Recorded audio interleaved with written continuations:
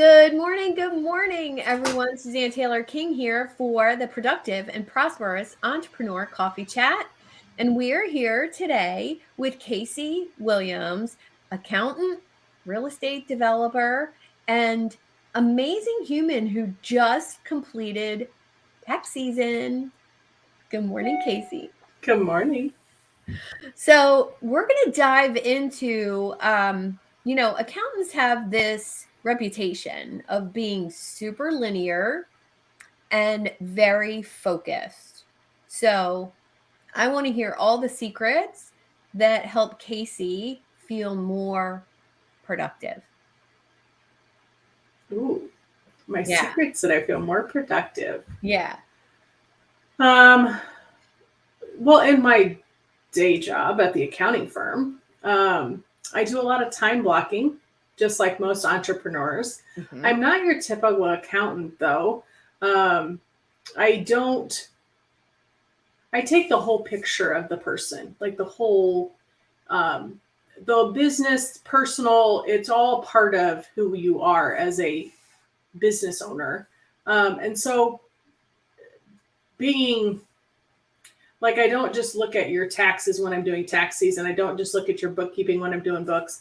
Um, it takes the whole person. So I do time blocking to be more productive.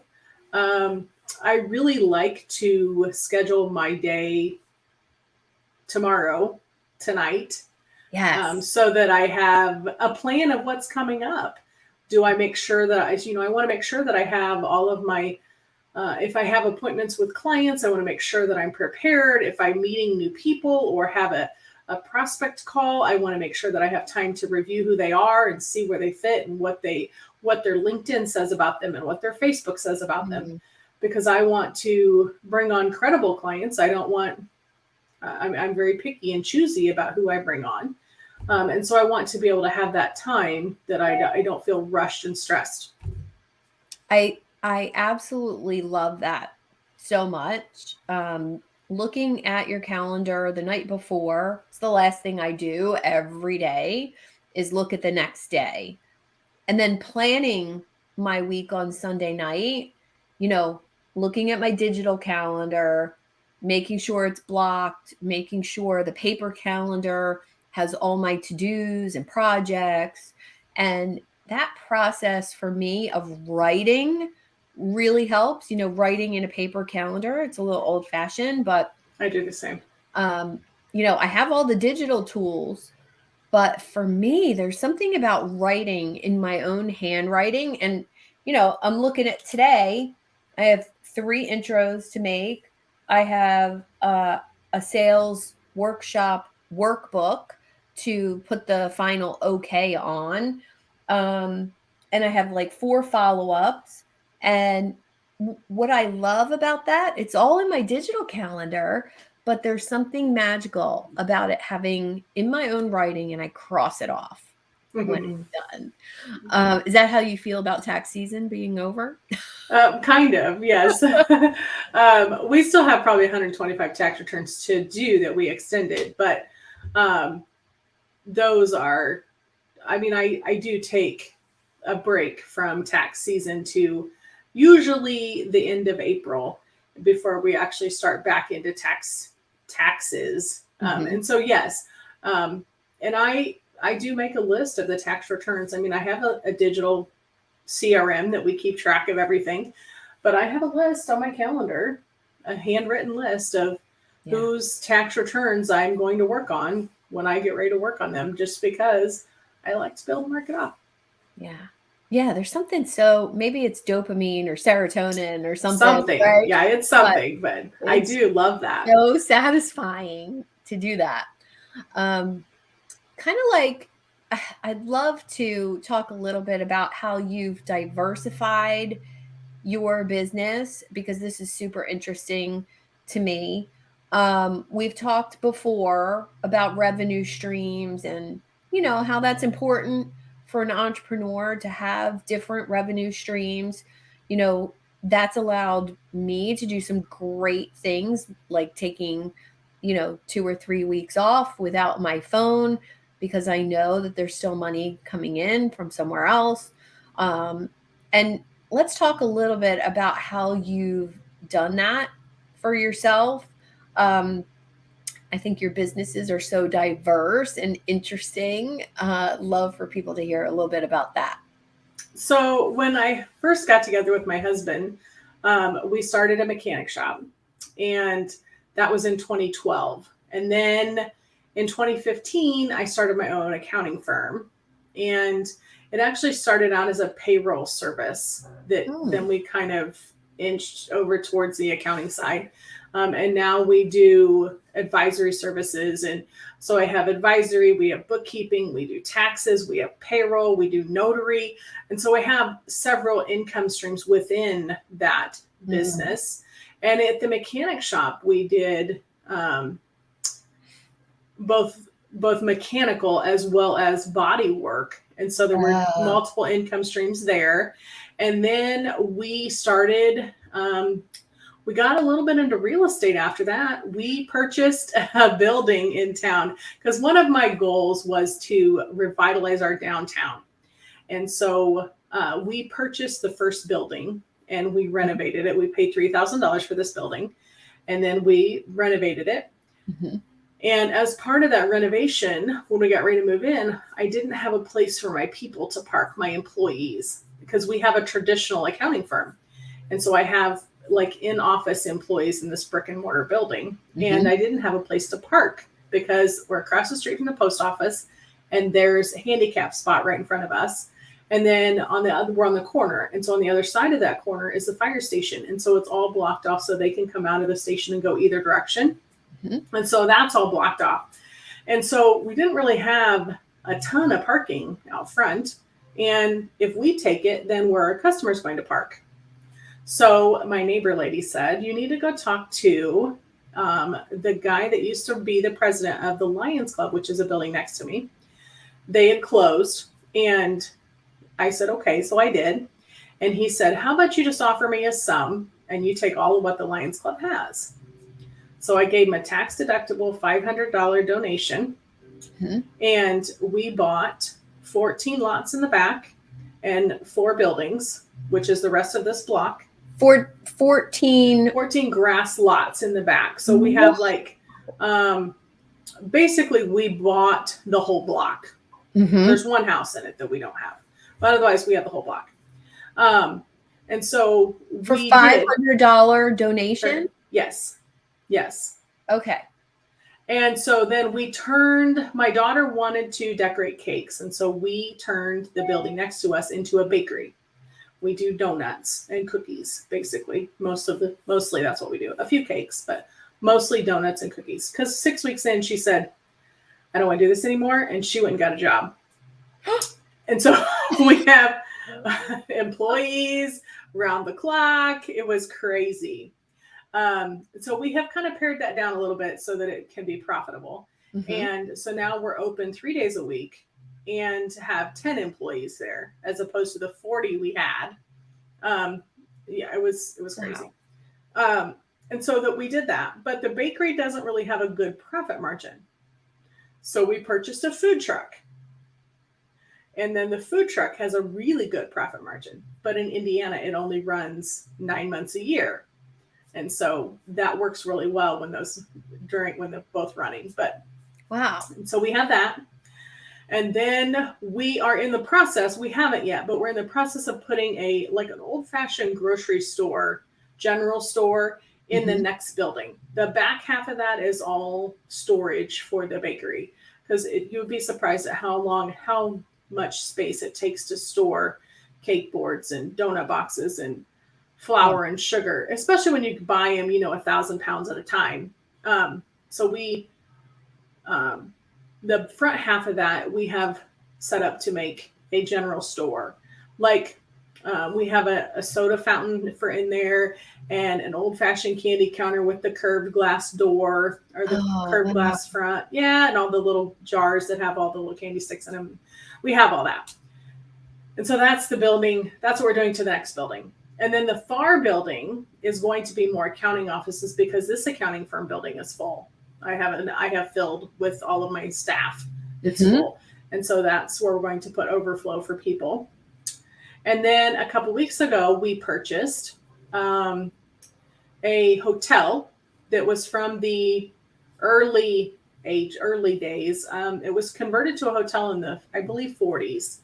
And it is where, when they brought Lincoln's body through, they stopped at that hotel for ice. So so it's got some huge historic value to it. Yeah. It's very cool. It's the oldest still standing building in our county. Wow. And so we bought that. And we're going to make a venue out of it. That's like cool. Like you can rent it for a graduation, open house, or birthday parties, or a small wedding. That's the plan. Amazing. And then the next house to that we bought, and that is in the same block. And that was the doctor's office in the 20s. And so the doctor's room is on the front corner. And then the rest of the house was like a rental house. Yeah. So that's kind of cool. And it still has like the doctor's office stuff in it from the 20s. It's very cool. Oh, I can't wait to see pictures of that. That's really cool. And then we bought a third house that's in that block that is just a brick home that is in not very good shape. We're going to tear it down and make a parking lot, and then a garden, because it's connected to the other two. And so we're going to make, the doctor's office, we're going to make a garden shop out of, so you can go there to get like your starts of your garden and flowers and that kind of stuff. And so it'll have a greenhouse, and so it's all, those three are all connected. And then across the street, across the intersection, is a home that was a funeral home in the 20s that has been since converted to a house. And it has a beautiful grand staircase in it. It needs redone, which we're in the process of doing. But that we're going to make into an Airbnb, because they're all like right there together. And they're all right down the block from where we are now from the bakery and the accounting firm. Wow. So I just love the vision.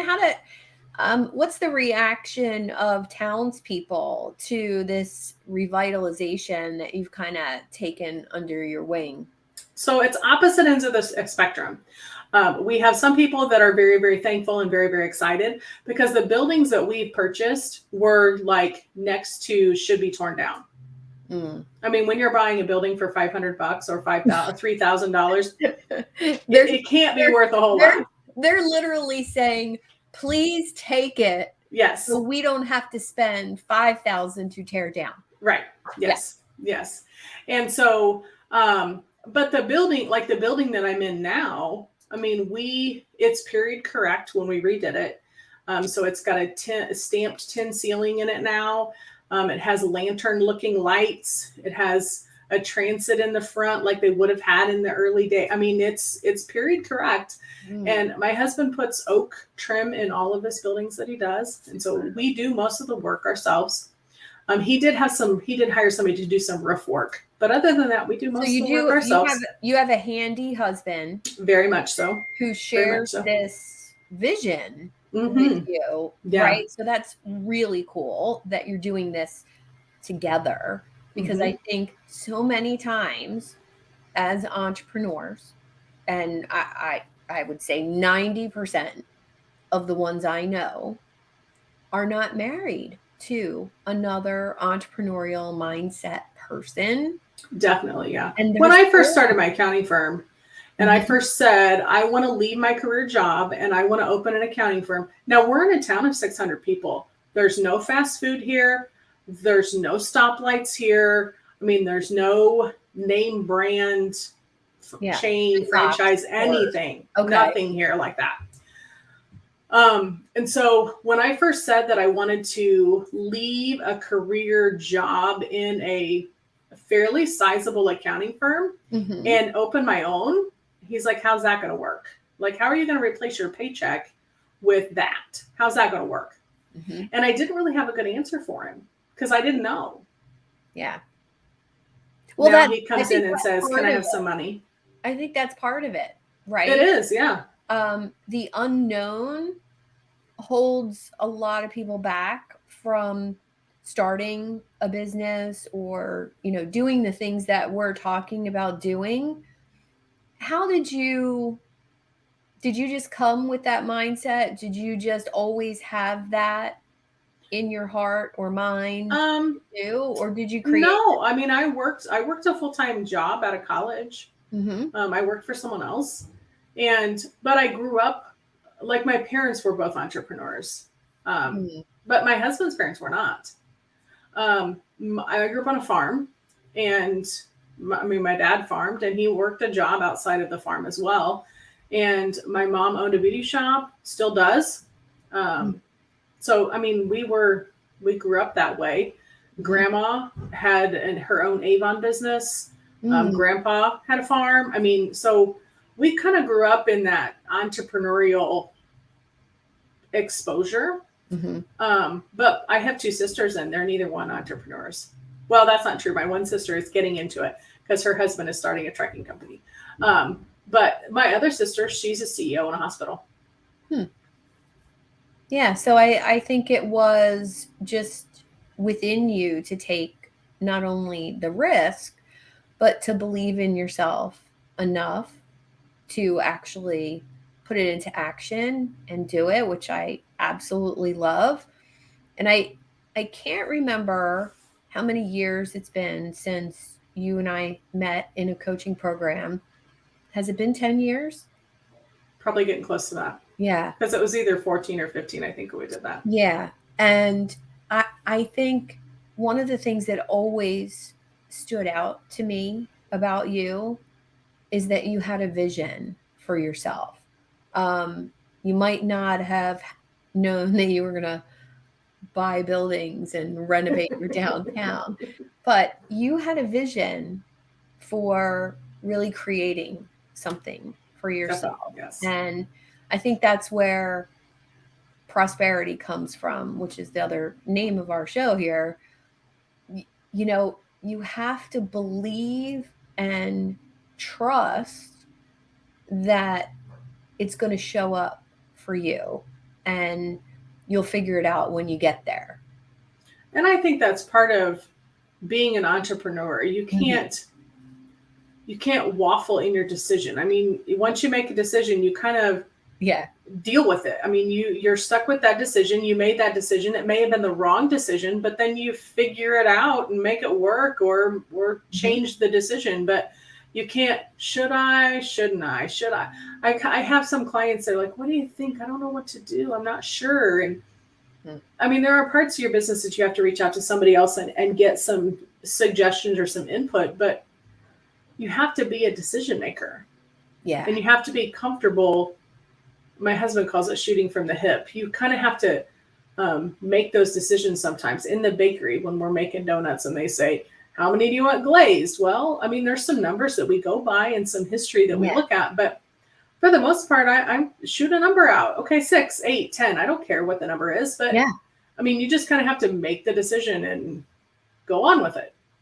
Yeah. Well, I like that. I like that idea of, you know, if you make a decision, we've all screwed up. We've all made a mistake, and learning from it in a way that, you know, affects your future decisions. And one of the things I want to ask you about when it comes to entrepreneurs, business owners, and their numbers, uh, I'm guilty of this for a long time, not even knowing my real numbers. I I mean, think and that's I very would common. I would say it's only been within the last 2 years that on a weekly basis, I check what's coming in, what's going out. And I'll never forget when I started doing that, I noticed a mistake. And the mistake had been happening for 3 months. And the mistake was I was seeing a client every week and they hadn't paid their invoice.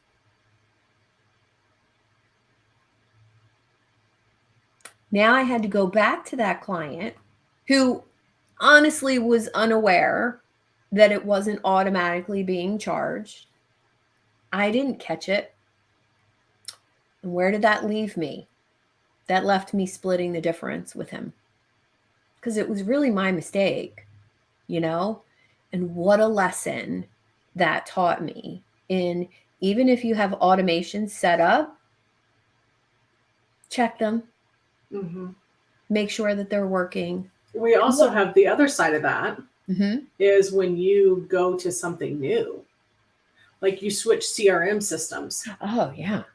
And then you're so excited for the bells and whistles and let's go in and figure it out and dive into it and set it up and get all the stuff moved across. And then the last step is to go shut off the old one. And many people don't do that. And so then you're paying for two systems for how long Oh, before you catch it? yeah. I've done it and I know that's a problem and I still have done it myself. Yeah. Yeah. And would you say, I mean, I'm thinking it's like 95% of my clients have made one or two of those mistakes, one or both. Oh, I would say, yeah. And what's your solution? Better processes for one. Mm-hmm. And we review our processes. Like we just had we call it a debriefing, but it's a meeting of, okay, tax season is over, but while it's still fresh in your mind, let's have a conversation about what happened really well, what things were okay, but just kind of were okay because of the situation, and what kinds of things they didn't work and we need to make changes for. Love And that. so then we had a list of, okay, so we need to do some training on this because that just kind of happened okay because people happen to catch things. And these things were terrible. And one of the things that we came up with was our onboarding of our payroll clients is a terrible mess. And it's a backlog. And so we need to fix the process. And so we said, okay, let's change the process because this is silly how it's just not working the way we have it. And it's all I mean, in our mind, it's all automated. It should just work like clockwork, and it doesn't. And so there's a breakdown somewhere. And so you have to kind of dive in and figure out what that breakdown is and change it, because it worked when there were two of us involved, but now there are six of us involved.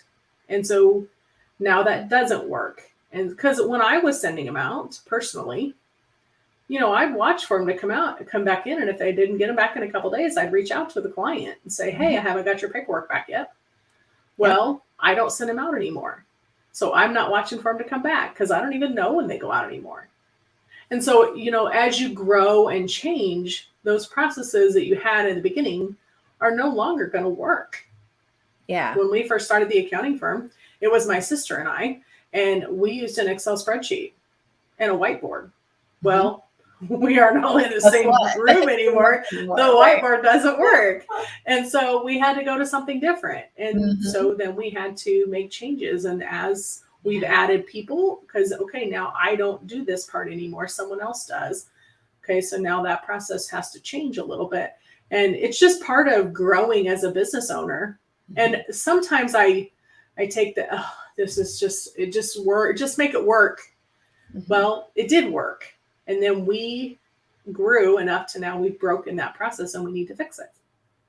Well, I think that's the perfect segue into that's what you do for your clients. And I love that so much that, as a business owner, as you grow, as you scale your business, different systems, different processes need to happen. And sometimes it feels uncomfortable. Sometimes it feels like, geez, do I really want to tweak this again? And I want to say yes. And if you need help with that, Casey, how can they get in touch with you? You can go to our website, which is caseylwilliams.com, to schedule a call. I'm also on Facebook as Casey Schultz Williams, and then I'm also on LinkedIn as well as Casey Williams. So any of those places you can get a hold of me. Awesome. Well, thank you so much for sharing a little bit of what you're up to with us today. And Casey is a member of the Idea Lab community. You can reach her there as well. And come join us and meet 320 we're up to now, amazing It's exciting. members. We have incredible networking events and different workshops every month from our experts. And Casey's going to be sharing her financial well-being. What do you call it now? Your workshop? Hot mess to financial success. Hot Mess to Financial Success workshop with the Idea Lab community. So look for that. And thanks again, Casey, for joining me today. Thank you. You're so welcome. Have a great weekend, everybody.